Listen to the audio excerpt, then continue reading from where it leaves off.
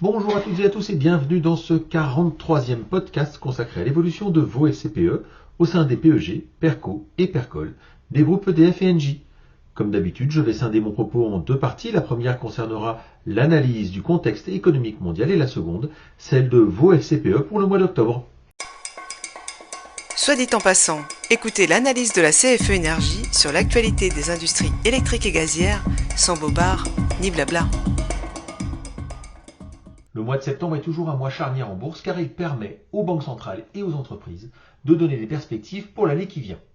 La Fed, la banque centrale américaine, était très attendue de ce point de vue puisque les investisseurs s'attendaient à ce que Jérôme Powell, son président, n'augmente pas les taux mais surtout qu'il annonce le début de la baisse au cours du premier trimestre 2024.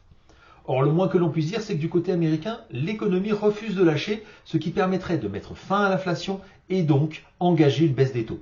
En effet, le rapport sur l'emploi a suscité de vives réactions puisque le consensus tablait sur la création de 170 000 emplois et que ce sont en réalité 336 000 qui ont été créés en septembre avec un taux de chômage qui reste bas mais stable à 3,8%. Quant aux chiffres de mesure de l'activité économique publiés en Europe et aux États-Unis, force est de constater qu'ils sont ressortis en majorité au-dessus des attentes. Difficile de parler d'emballement, mais la tendance de fond fait de la résistance, aux grandes dames des investisseurs qui prient pour que le contexte soit suffisamment inquiétant pour que les banques centrales renoncent aux taux élevés. Ainsi, sans augmenter les taux au mois de septembre, le président de la Fed a néanmoins douché les marchés financiers en prévenant qu'ils resteraient durablement hauts et qu'il ne s'interdisait pas de les augmenter si nécessaire. De son côté, Christine Lagarde, la présidente de la Banque centrale européenne, a réitéré le message selon lequel les taux d'intérêt seront fixés à des niveaux suffisamment restrictifs aussi longtemps que nécessaire.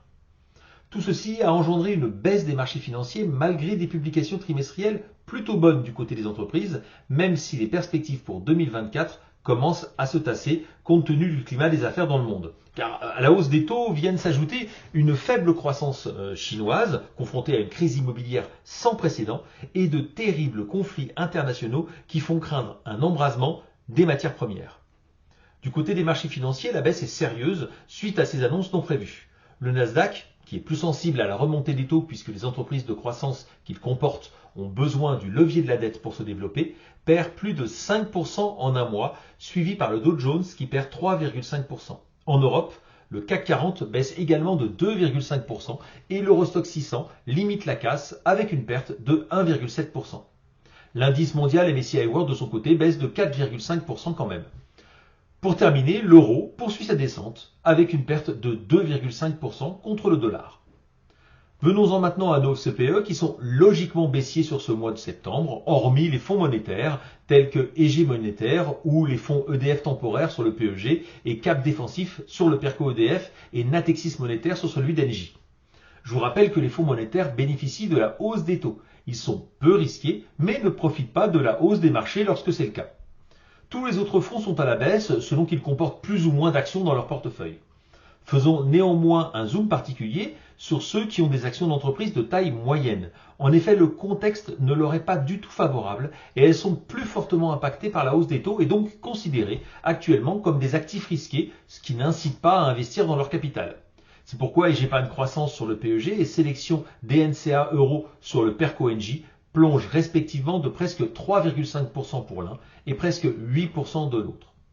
Voilà, je vous retrouve le mois prochain pour un nouveau podcast de la CFE CGC. À très bientôt. Au revoir.